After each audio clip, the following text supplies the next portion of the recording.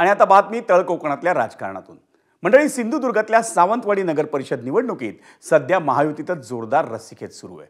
पण याच दरम्यान भाजप उमेदवार आणि सावंतवाडीच्या राजघराण्याच्या सूनबाई श्रद्धाराजे भोसले यांना ट्रोल करण्यात आलं।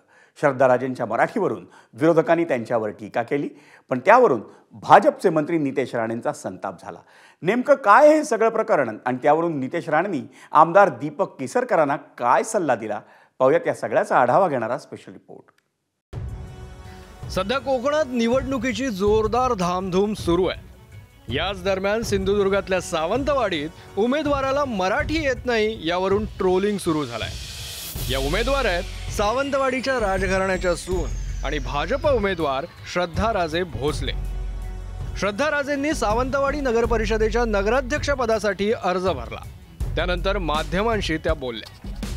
आज आम्ही सर्वांनी बीजेपीचा अर्ज दाखल केला आहे। आम्हाला आशा आहे की सावंतवाडीचे लोक आम्हाला आशीर्वाद देतील आणि सपोर्ट करतील। आम्हाला सावंतवाडीला सुंदर आणि विकसित करायचं आहे आणि त्याच्यासाठी आमची आम्हाला एक टाइम संधी भेटली तर आम्ही ते करून दाखवेल। यावेळी श्रद्धाराजेंच्या या संवादाची क्लिप सोशल मीडियात कोणीतरी व्हायरल केली आणि त्यात त्यांच्या मराठीवरून ट्रोल केलं गेलं। आता या श्रद्धाराजे नेमक्या कोण आहेत ते आधी पाहूया।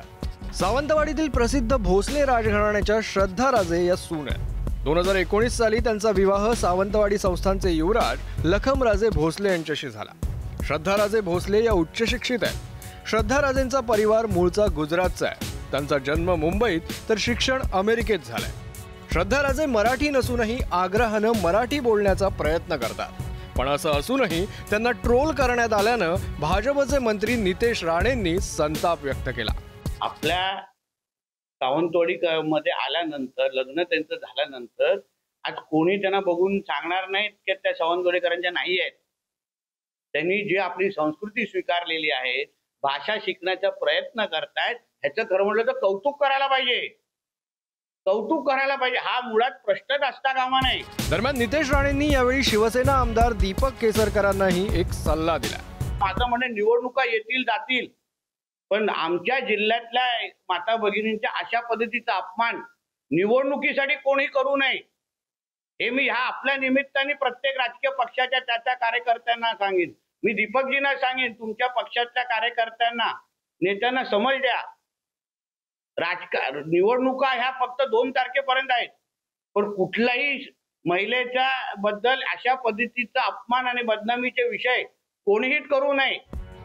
नितेश राणेंनी दीपक केसरकरांना हा सल्ला देण्याचं कारण होतं केसरकरांच्याच पक्षातल्या एका नेत्यानं श्रद्धाराजेंच्या मराठीवरून केलेलं वक्तव्य। नगराध्यक्ष पदाचा मी बोलतो, आमचा जो नगराध्यक्षाचा चेहरा आहे त्याला मराठी बोलता येतं, मालवणी बोलता येतं। मात्र यावर दीपक केसरकरांनीही स्पष्टीकरण दिलं। राजघराण्यावर कोणीही टीका टिप्पणी केलेली नाहीये।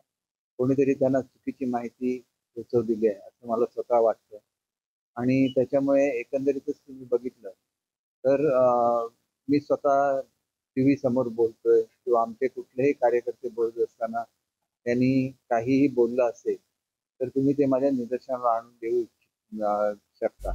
आता झालेल्या या सगळ्या घडामोडींनंतर श्रद्धाराजे भोसलेंनी काय प्रतिक्रिया दिली आहे तीही ऐका। माझ्यासाठी माझं काम इम्पॉर्टंट आहे आणि माझे इंटेन्शन्स चांगले आहेत, तर माझे शब्द कधी कुठेतरी कमी पडणार, कारण मी जेव्हा सांगितलं की मराठी मी प्रयत्न करत आहे आणि मी प्रॉमिस करते मी ते शुद्ध कन्वर्ट करून घेणार, पण माझं काम माझ्यासाठी बोलणार आणि ते मी लोकांना दाखवणार। सावंतवाडी नगर परिषद निवडणुकीत भाजप आणि शिवसेनेनं स्वबळाचा नारा दिलाय। दोन्ही पक्षांनी आपापले नगराध्यक्ष पदाचे उमेदवार मैदानात उतरवले आणि त्यातून तळकोकणातल्या राजकारणात हे असे खटके उडू लागले। त्यामुळे आता सावंतवाडीत श्रद्धाराजे जिंकून येणार की केसरकरांच्या शिवसेनेचा उमेदवार की इतर पक्षातला कोणी बाजी मारणार हे पाहावं लागेल। सदाशिव लाड, एबीपी माझा, सिंधुदुर्ग। एबीपी माझा, उघडा डोळे बघा नीट।